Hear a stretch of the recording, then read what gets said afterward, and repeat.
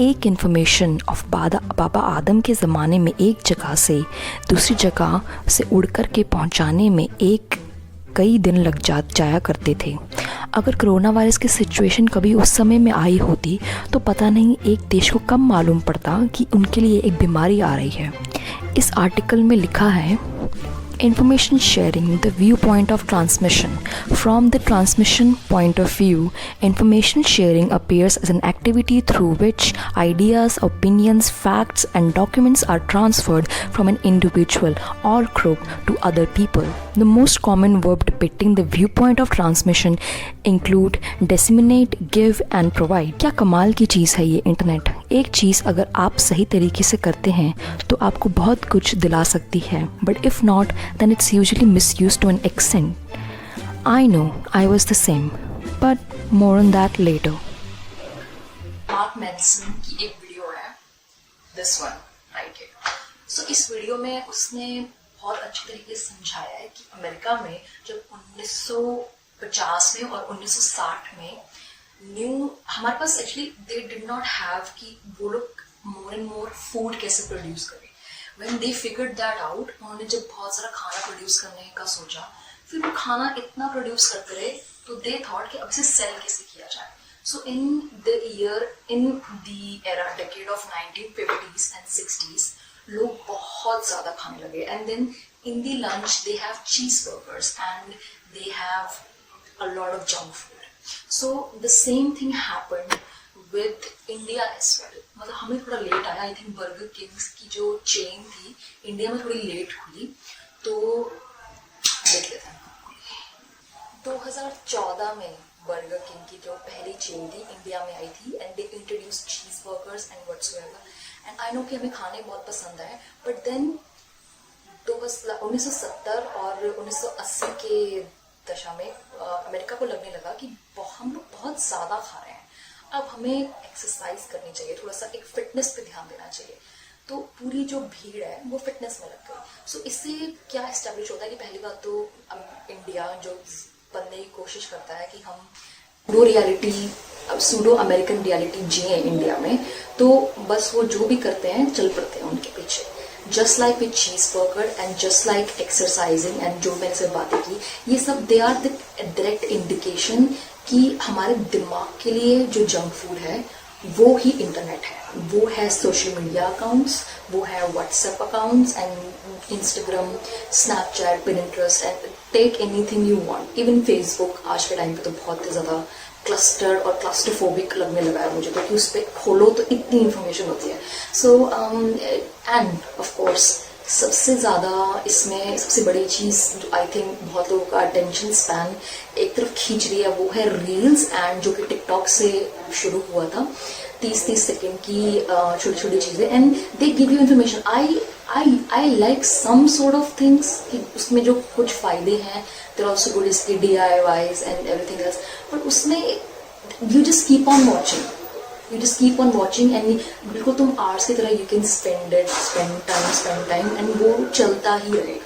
तो that's what my problem was with this short video content, जो कि हमारा अटेंशन इतना खींचते हैं कि when you look at your Instagram time, go head and look at कि कितना तुमने टाइम स्पेंड कर लिया है उसके ऊपर। There is an Instagram clock right now कि जो दिखाती है कि तुमने कितना टाइम स्पेंड कर लिया उस ऐप के ऊपर, and it is with every other app. So it was very eye opener for me जब मैंने देखा कि 3 से 4 घंटे इंस्टाग्राम की ऐप पे हैं। I think it was last year जो कि ये चीज़ बहुत पीक पे चली गई थी, मैं अपने आपको रोक ही नहीं पा रही थी कंटेंट देखने से, because there was nothing else going on, पहली बात तो। हाँ, सो it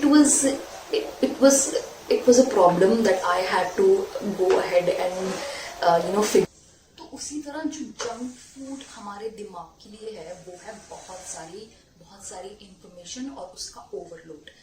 and I being second handedly confirming this, and I have the same habit of just reaching for my phone and like every half an hour मैं उसे बिल्कुल जैसे कि घंटे में उठाना शुरू कर देती हूँ। So that was something that needs to be resolved very quickly. So ये कुछ स्टेप्स हैं जो कि I also I am trying to induce in my life की देखूं कि कैसे चेंजेस आ रहे हैं इसके अंदर। सो पहली चीज है कि सब बेकार लोगों को और सारे बेकार अकाउंट्स को अनफॉलो कर दिया जाए।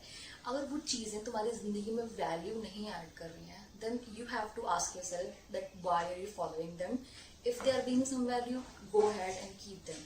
If you just like addicted to just watching their content for hours and hours, it's not going to do you any good. You are helping them with their views and everything, but it's not doing anything for you. And if you're looking for motivation somewhere, so motivation, I don't think motivation works like that. Motivation जिंदगी में तब बढ़ती जाती है जब हम एक चीज पे एक्शन लेते रहते हैं. So that's what it is. Just unfollow them and here some personal advice, unfollow them from your real life. Now no denying कि हमें जिंदगी में टेक्नोलॉजी के साथ तो रहना ही पड़ेगा. इट इज, ये वैसी चीज है, it's like air and it's like water, it's like food that you cannot survive without this. You can live without it, but you cannot survive without it. So let's break down कि हम deliberately technology को कैसे use कर सकते हैं. पहली चीज तो media accounts, like media accounts means news channels and news accounts. And there is one account which is Institute Media Outlet. They give their opinions, but they also give out straight facts. किसने खरीदा और किसने बेचा नहीं है. That media content is actually very safe and you can rely on that for information. So don't go ahead and क्या comments में लड़ाई करना and सबसे बड़ी चीज religion पे बात करना. You cannot have a smart conversation in our country upon religion, except that it will be easier for you. So that's what it is. Stupid or irrelevant information could just drop it down, like don't even consume it. I think कि जिस information पे हमें time देना चाहिए, those kinds of informations are कि जैसे कि हम वो information को read करो या फिर वो articles को या फिर उन चीज़ों को read करो जिसपे किसी इंसान ने 3 से 4 महीने की research लगा के तुम्हारे लिए बनाया है, उसने पूरे trimmer किया है, पूरी research की होगी अपनी. This is opposed to the content which is in 30 seconds. उसमें तुम्हें सिखा तो रहे हैं, okay, they are just giving you the highlights of what the main problem or what is the main content behind that one reel or one TikTok, I don't know. So उसके पीछे ये एक बड़ी चीज आ जाती है कि उस पर कोई रिसर्च नहीं हुई है इतनी. You don't know कि facts क्या है उस चीज के, and you don't know कि कहाँ से information आई है. तो वो छोटी सी information रील्स पे बनते बार बार इधर उधर शेयर होते दिमाग में ना फिर सेटिंग चेंज कर देती है उस पर्टिकुलर व्यू के बारे में, उस पर्टिकुलर टॉपिक के बारे में.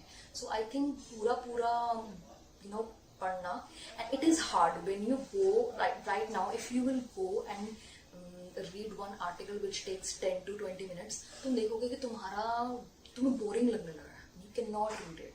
यू लाइक क्या हमें तो 30 seconds देखने की आदत है, अब हम इस चीज को देख ही नहीं सकते. सो वहां पर भी बहुत लॉस हो रहा है. एंड उसकी वजह से आई ऑल्सो थिंक कि स्क्रोलिंग की हैबिट इतनी बुरी थी कि उसके बाद से when somebody is talking to me and they are making an eye contact, I'm just thinking about something else. I'm thinking about one reel जो मेरे दिमाग में 30 सेकंड की स्पैन में घुसी पड़ी है. I'm thinking about something else. This is actually a very rude and very bad habit. You cannot maintain relations because of this. Saying this कि it is ये जो हैबिट है ये बिल्कुल ड्रग्स की हैबिट से रिलेटेबल है. ये मैं नहीं कह रही हूँ, ये साइंटिस्ट हमारे कह चुके हैं, साइंटिफिकली प्रूव हो चुका है कि सोशल मीडिया की जो स्क्रोलिंग हैबिट है, it is similar to what a drug habit is. So if you don't believe me, read this article which is given in the description box and you can be the judge of your own research. So with that, thank you so much for watching this video. If you have some sort of differences or do you agree with something, anything from what I've said in this video, please let me know in the comment section below, and let's talk about some new ways where we can deliberately use technology and make smart choices in life. Let's watch some top videos again on Instagram. Dog videos are so